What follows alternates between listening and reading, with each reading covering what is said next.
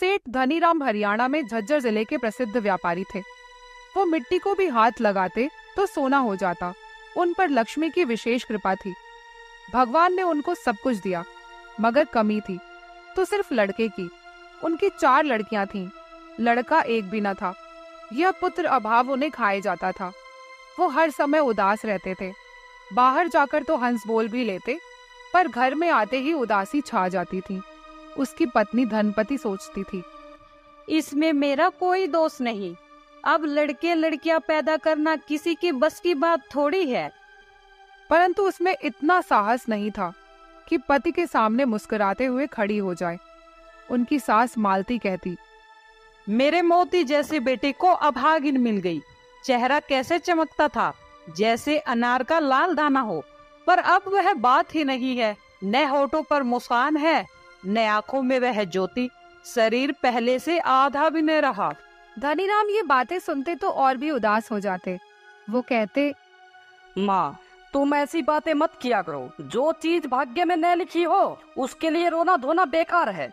मैंने जान लिया है कि हमारे वंश का नामो निशान मिट के ही रहेगा। हमारे भाग्य में पुत्र सुख नहीं लिखा है। तुम बोलती हो तो मुझे रोना आ जाता है। एक दिन गली में एक बाबा आया। बच्चों के लिए रीछ और औरतों के लिए बाबा दोनों समान है। औरतों को तमाशा हाथ लग गया। वो बढ़ चढ़कर हाथ दिखाने लगी। इतने में मालती ने कहा, धनपति, जरा इधर आकर तू भी बाबा जी को हाथ दिखा ले। धनपति ने दुखी मन से उत्तर दिया, हाथ दिखाने से क्या होगा माँ जी? हाथ दिखाने से तकदीर थोड़ी बदल जाएगी। मगर इसमें हर्ज ही क्या है, दिखा ले। धनपति का जी न चाहता था कि हाथ दिखाए, परंतु सास के भय से उसने हाथ बाबा जी के सामने कर दिया। सब औरतें चुपचाप खड़ी हो गईं। यह हस्त निरीक्षण नहीं, भाग्य निरीक्षण था। बाबा जी ने हाथ की रेखाओं को देखा और धीरे से कहा, तुम्हारे घर में हमेशा क्लेश रहता है। धनपति की सास ने कहा, ठीक कहा पंडित जी। पर यह क्लेश मन का है, शरीर का नहीं। यह भी सच है बाबा। तुम्हारी बहू को लड़कियां होती हैं, लड़का नहीं होता। वहाँ खड़ी औरतों में से एक ने कहा, देखा, ये विद्या की बातें हैं। जो 4 अक्षर पढ़ जाते हैं वे कहते हैं ज्योतिषी शास्त्र सब झूठ है। अब कहो, सच बताया या नहीं? इसका पति भी बहुत दुखी रहता है। महाराज, यह भी सच है। इसके और नक्षत्र तो सब अच्छे हैं, केवल एक नक्षत्र अशुभ है। यह सब उसी का फल है। महाराज तो अंतर्यामी है। अब यह देखे इसके भाग्य में बेटा है या नहीं। बाबा ने अच्छी तरह देखकर हिसाब लगाया और इसके बाद कहा, नहीं। बाबा जी, इसका कुछ उपाय भी है या नहीं? उपाय तो बहुत है, परंतु करना बड़ा कठिन है। महाराज, मैं सब उपाय कर लूंगी। रात को शमशान घाट में बैठकर जाप करना होगा। कर सकोगी? धनपति का चेहरा फीका पड़ गया। आशा सामने आई थी, ओझल हो गई। धनपति फिर उदास हो गई, जैसे कोई बाजी जीतते रह जाए। तुम उदास मत हो, तुम्हारे लिए ये काम मैं कर दूंगा। भय बहुत है, सिद्धि के समय भूत सामने आकर खड़े हो जाते हैं। अनजान आदमी तो डर के मारे मर जाए, परंतु भूत हमारा क्या बिगाड़ लेंगे। हम चाहें तो पल भर में खत्म कर दें। हमारे शब्दों में आग है। एक मंत्र पढ़ें तो चिल्ला चिल्ला कर भाग निकले। धनपति की आंखें आशापूर्ण हो गईं, जैसे देवी का वरदान मिल गया हो। सास का चेहरा आशा की आभा से लाल था।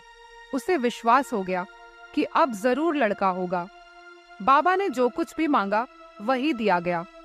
धनपति की रात दिन खातिरदारियां होने लगी। घर के लोग उसे कोई काम न करने देते थे। धनीराम ने कभी उससे सीधे मुंह बात न की थी। अब हंस हंस कर बोलने लगे। पहले जो दासी थी, अब वह रानी बन गई। एक दिन धनीराम बोले, मेरा दिल कहता है अब की बार लड़का ही होगा। लक्षण तो मुझे भी अच्छे मालूम होते हैं। दिल में ऐसे ऐसे विचार आते हैं कि तुमसे क्या कहूँ। जी चाहता है फल और मिठाइयाँ ही खाती रहूं। रोटी की तरफ देखने से भी घृणा होती है। खटाई पर तो दिल नहीं दौड़ता। नहीं जी, कभी ख्याल नहीं आता। अच्छा बताओ, जी कैसा रहता है? बहुत प्रसन्न। पहले सदा उदासी छाई रहती थी, अब जी चाहता है सारा दिन सैर किया करूं। ऐसी दशा मेरी आज तक कभी न हुई थी। मेरा दिल भी यही कहता है कि अब की बार लड़का ही होगा। अगर लड़का हुआ तो मुझे क्या दोगे? जो मांगोगी वही दूंगा, तुमसे बाहर थोड़ा हूँ। हीरे का हार बनवा दोगे? अरे हीरे का हार? बस बस, इतना ही देखना था, देख लिया। तुम तो वकीलों की तरह बहस करती हो। चलो रहने दो, मैं तुम्हारा दिल देखना चाहती थी। मुझे हार की क्या पड़ी है, तुम्हारी खुशी मिल जाए यही सब कुछ है। मैं तुमसे कभी नाराज नहीं हुआ। क्यों झूठ बोलते हो? तुम्हारी तो आंखें ही बदल गई थी। मैं अनपढ़ हूँ पर अंधी नहीं, आंखें पहचानती हूँ। तुम्हें धोखा हुआ होगा। खैर, यह भी देखा जाएगा। इसी तरह 9 महीने बीत गए। प्रसव काल आ पहुंचा। धनीराम बाहर खड़े घबरा रहे थे।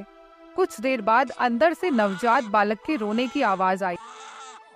तभी मालती बाहर आई। इस समय उसकी आंखों में आंसू थे, मुंह पर क्रोध, जैसे अग्नि की ज्वाला में पानी की बूंदें जल रही हों। फिर से लड़की हुई है। धनीराम का सिर चकराने लगा। वो बहुत देर के बाद बोले, अब तो जी चाहता है कहीं निकल जाऊं। यहाँ मेरे दिल को शांति नहीं मिलेगी। धीरज रखो बेटा, घबराने से क्या होता है। वह ज्योतिषी मिल जाए तो मुंह नोच लूं। मुझे तो उस पर पहले ही विश्वास न था, मगर तुम्हारे ख्याल से चुप रहा। कई हजारों पर पानी फिर गया। कहता था जाप करूंगा तो लड़का हो जाएगा। ऐसे महात्मा होते तो मांगते क्यों फिरते? मुझे क्या पता था कि सब धोखा है। हमारे भाग ही खोटे हैं। माँ, अब मुझे आज्ञा दो, साधु होकर कहीं निकल जाऊं। घर में रहा तो पागल हो जाऊंगा। कैसी बातें मुंह से निकालते हो तुम? भाग्य तुम्हारे क्यों खोटे होने लगे? भाग्य तो उस अभागिन के खोटे हैं जिसे सिंहासन पर बैठकर भी आराम न मिला। मेरी मानो, अब दूसरा ब्याह कर लो। इससे लड़का न होगा। बहुत बर्दाश्त किया, अब नहीं सहा जाता। माँ, मैं मर जाऊंगा लेकिन दूसरी शादी नहीं करूंगा। मैं आदमी हूँ, कोई राक्षस थोड़ा हूँ। अरे, मैं उसे घर से निकाल देने की थोड़ी कहती हूँ। यह भी पड़ी रहेगी। लोग दूसरा ब्याह लड़के के लिए करते हैं, शौक के लिए थोड़ी करते हैं। ये बातें धनपति ने भी लेटे लेटे सुनी। वह पहले ही मर रही थी। यह बातचीत सुनकर और भी मर गई। उसे विश्वास हो गया कि अब यह ब्याह कभी न रुकेगा।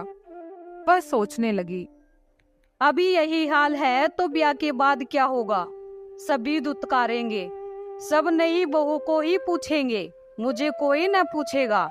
यह अनादर, यह अपमान, यह तिरस्कार कैसे सहूंगी? परमात्मा, अब तो उठा लो, यह सहा नहीं जाता। लेकिन उसकी सास ने जब यह शब्द सुने तो वो और भी लाल पीली हो गई और ऊंची आवाज में बोली, तेरे भाग में मौत नहीं, मौत तो हमारे भाग में है। बैठी राज करती है और छाती पर मूंग दलती है। ये शब्द नहीं थे, जहर में बुझे हुए तीर थे। धनीराम अंदर आ गए और प्यार से बोले, धनपति, धीरज रखो। लड़के लड़कियां दोनों बराबर होते हैं। माँ जी जोश में आकर जो जी में आता है कह देती है, मगर उनकी नीयत खोटी नहीं है, भोली है। इतना नहीं समझते कि जिनके यहाँ बेटे नहीं होते वे मर थोड़े ही जाते हैं। तुम ऐसी बातों की चिंता मत किया करो, नहीं तो बीमार हो जाओगी। धनपति ने आंखें बंद कर ली। उसके सब पराये थे, केवल पति अपना था, मगर उसके लिए यही सब कुछ था। कुछ दिन के बाद पति भी अपना न रहा। धनीराम ने दूसरा ब्याह कर लिया। धनपति पर दुखों का पहाड़ टूट पड़ा। उससे कोई सीधे मुंह बात भी न करता था। सब नई दुल्हन की सेवा में लगे रहते थे। अब नई दुल्हन घर की सब कुछ थी। धनपति कुछ भी न थी। अब वह किसी काम में दखल न देती, चुपचाप अपनी कोठरी में पड़ी रहती। एक दिन धनपति की तबीयत ज्यादा ही खराब थी, इसलिए नई बहू दयावती रसोई में खाना बना रही थी। इतने में उसकी सास भी आ गई। उसने नई बहू को रसोई का काम करते देखा तो उसने धनपति की कोठरी में आकर कहा, परमात्मा करे ऐसी बहू किसी को ना मिले। खाने को हर घड़ी तैयार रहती है, काम का ध्यान ही नहीं। नई बहू बैठी काम करती है, यह रानी सेज पर लेटी है, कोई देखे तो क्या कहे। क्या करूं, बुखार हो रहा है। ये बहाने मैं खूब जानती हूँ, बुखार उखार कुछ नहीं है, बहाना है बहाना। माँ जी, बहाना तो मैंने आज तक कभी नहीं किया। बड़ी सतवंती है ना तू, बहाने क्यों करने लगी? कल सांझ तक तो बुखार न था, अब कैसे हो गया? अब यह मैं क्या जानूं, रात को दे दर्द कर रही थी।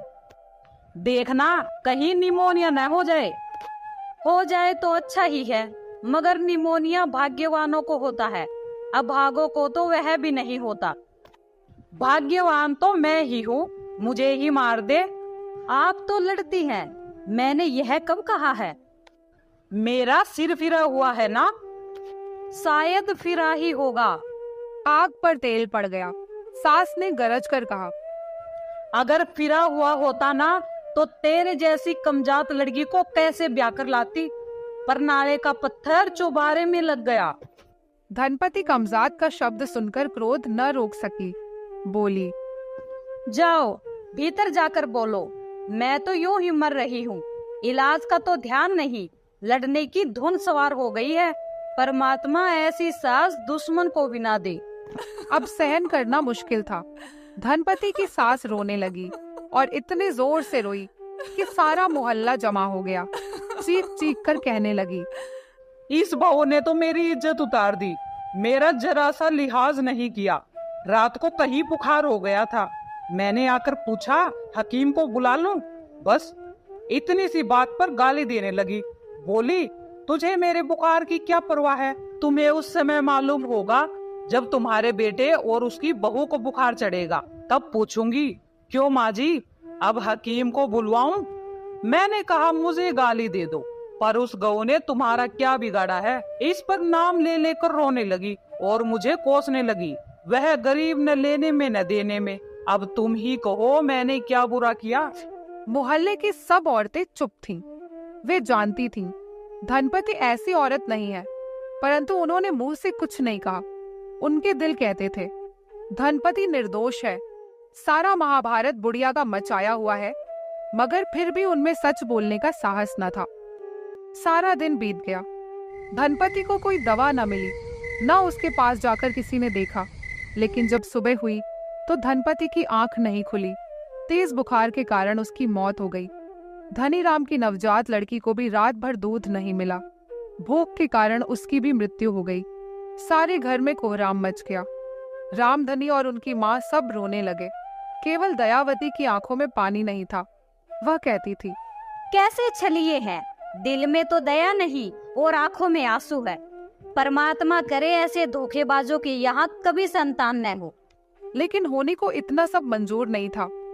धनपति का अंतिम संस्कार करके जब धनीराम घर आए तो उसकी 3 छोटी लड़कियों ने भी अपनी माँ के वियोग में अपने प्राण त्याग दिए।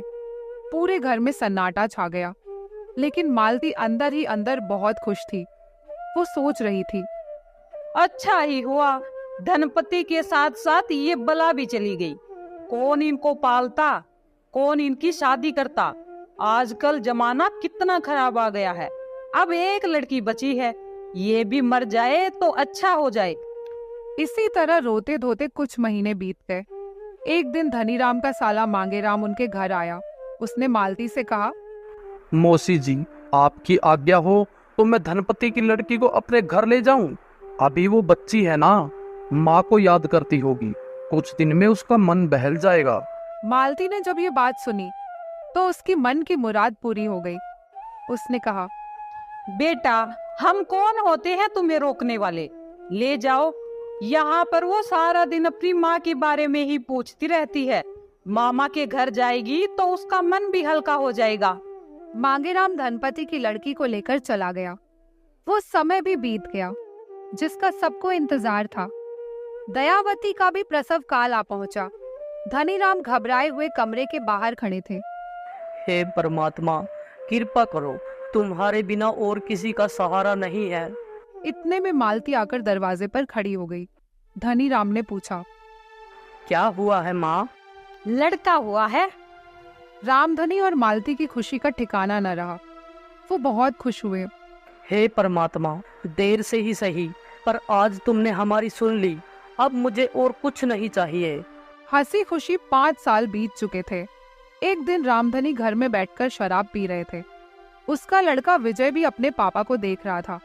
उसने अपनी माँ से पूछा, माँ, ये हर रोज पापा रात को क्या पीते हैं? कुछ नहीं बेटा, तुम्हारे पापा सारा दिन काम करके थक जाते हैं, इसलिए वो शाम को जूस पीते हैं। इससे उसकी थकान उतर जाती है, जिससे अच्छी नींद आती है। अच्छा माँ, जूस पीने से नींद अच्छी आती है? हाँ बेटा, जूस पीने से अच्छी नींद आती है। माँ, मुझे भी जूस पीना है। मुझे भी रात को नींद नहीं आती। नहीं बेटा, अभी तुम बच्चे हो और बच्चे जूस नहीं दूध पीते हैं। लेकिन विजय के दिमाग में उसकी माँ की ये बात घर कर गई कि जूस पीने से अच्छी नींद आती है। 15 साल बीत गए। विजय अब 20 साल का हो चुका था। उसे शराब और जुए की लत लग गई। उसने सब तहस नहस कर दिया, यहाँ तक अपने माँ बाप को मरने की धमकी देकर अपने घर तक को बेच दिया। इधर मांगेराम ने धनीराम की लड़की को खूब पढ़ाया लिखाया और इस काबिल बनाया कि वो डॉक्टर बन गई। लेकिन जब उसे अपने घर की सब बातें पता चली तो वह अपने आप को रोक नहीं सकी और वो अपने माँ बाप के पास आ गई। उसने कहा, यह कैसा हाल बना लिया पापा आपने? यह सब कैसे हुआ और आपने मुझे बताया भी नहीं? बेटी, मैं क्या बताता, यह सब मेरे ही कर्मों का फल है। बेटे की चाहत में मैंने तुम्हारी 4 बहनों को खो दिया, तुम्हारी माँ को खो दिया। देख लो है दुनिया वालों, बेटे होने का नतीजा। पापा मम्मी, आप मेरे साथ चलो, मैं इस तरह तुम्हें दर दर की ठोकरें नहीं खाने दूंगी। रामधन की लड़की अपने पापा और मम्मी को अपने साथ ले जाती है।